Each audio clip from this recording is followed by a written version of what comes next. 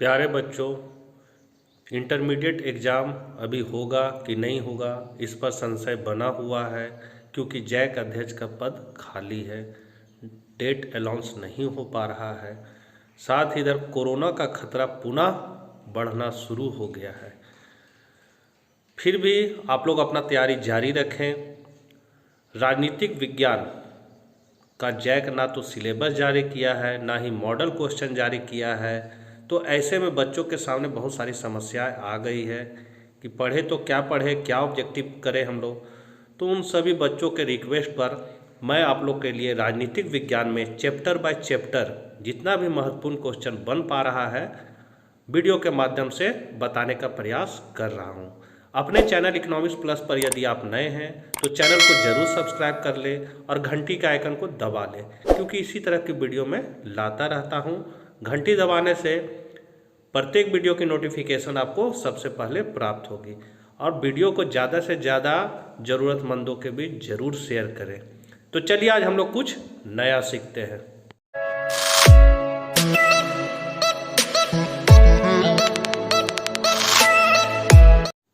कक्षा 12 विषय राजनीतिक विज्ञान मॉडल प्रैक्टिस प्रश्न पत्र चैप्टर 5 का महत्वपूर्ण ऑब्जेक्टिव क्वेश्चन आज हम लोग जानेंगे। कॉपी में नोट कर लीजिएगा, याद कीजिएगा जरूर से। तो हम लोग पहला क्वेश्चन को देखते हैं। निम्नलिखित कौन सा देश दक्षिण एशिया में नहीं है? तो दक्षिण एशिया में इनमें से चीन नहीं है। दूसरा है, निम्नलिखित में कौन सा देश परमाणु शक्ति संपन्न नहीं है? तो यह है नेपाल। मतलब इनमें से देखना है, इनमें से भारत, पाकिस्तान, चीन और नेपाल में कौन नहीं है? तो नेपाल। तीसरा क्वेश्चन है, निम्नलिखित में किस देश में 2006 तक राजतंत्र था? तो वो है नेपाल। किस देश में अब भी राजतंत्र है? तो भूटान। दक्षिण एशिया में किस राजनीतिक प्रणाली की प्रमुखता है? तो लोकतंत्र की। भारत और पाकिस्तान के बीच सिंधु नदी जल संधि कब हुई थी? तो 1960 में। बांग्लादेश के नेताओं द्वारा आज़ादी की उद्घोषणा कब हुई? तो मार्च 1971 में।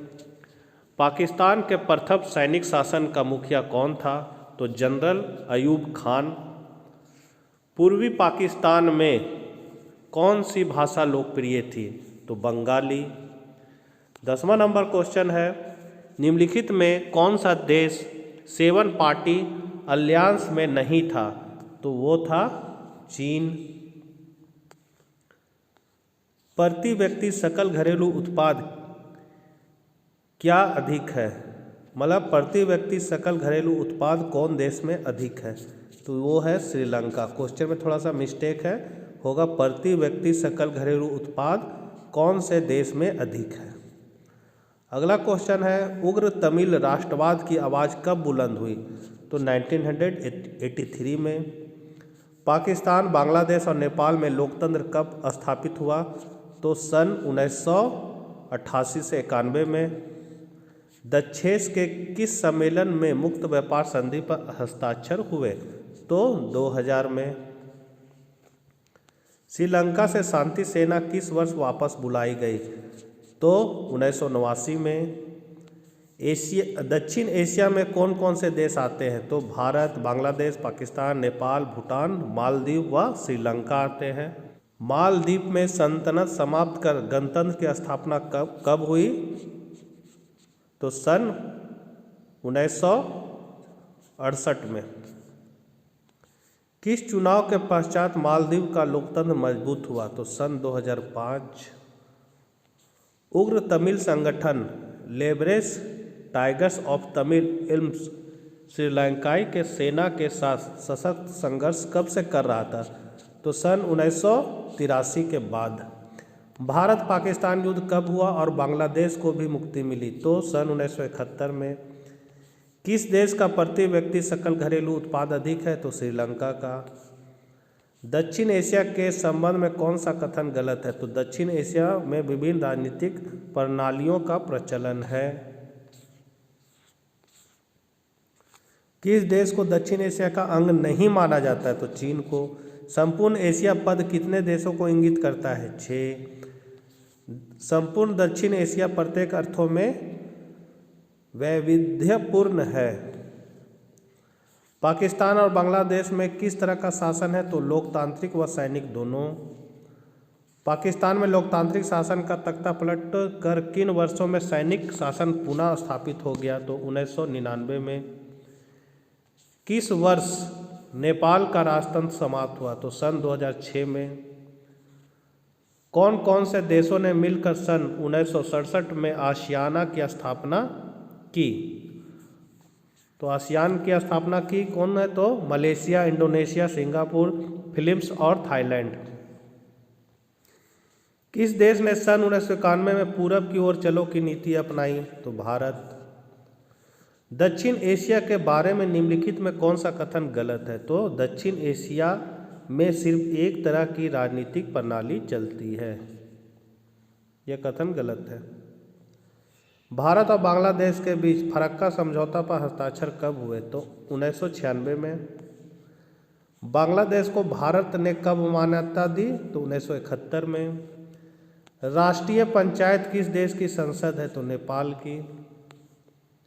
किस देश ने सुरक्षा परिषद में सर्वाधिक 4 निषेधाधिकार का प्रस्ताव किया? तो ये है रूस।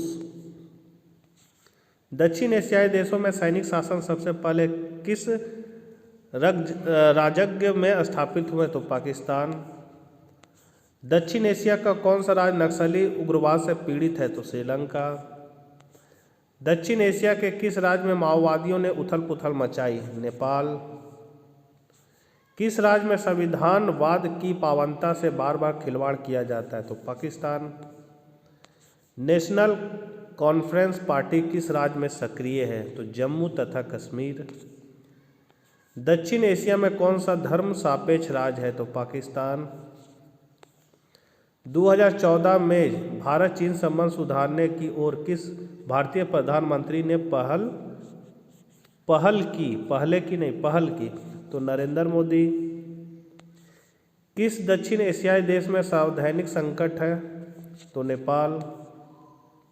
दक्षिण एशिया के किस देश के प्रधानमंत्री को उसके उत्तराधिकारी ने अपदस्थ कर फांसी की सजा दी? तो पाकिस्तान।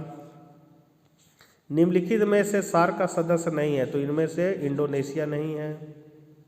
भारत परमाणु अप्रसार संधि पर हस्ताक्षर क्यों नहीं करता है? तो वह इसे भेदभावपूर्ण मानता है। चीन ने विदेशी व्यापार हेतु खुले द्वार की नीति कब अपनाई? तो 1978 में।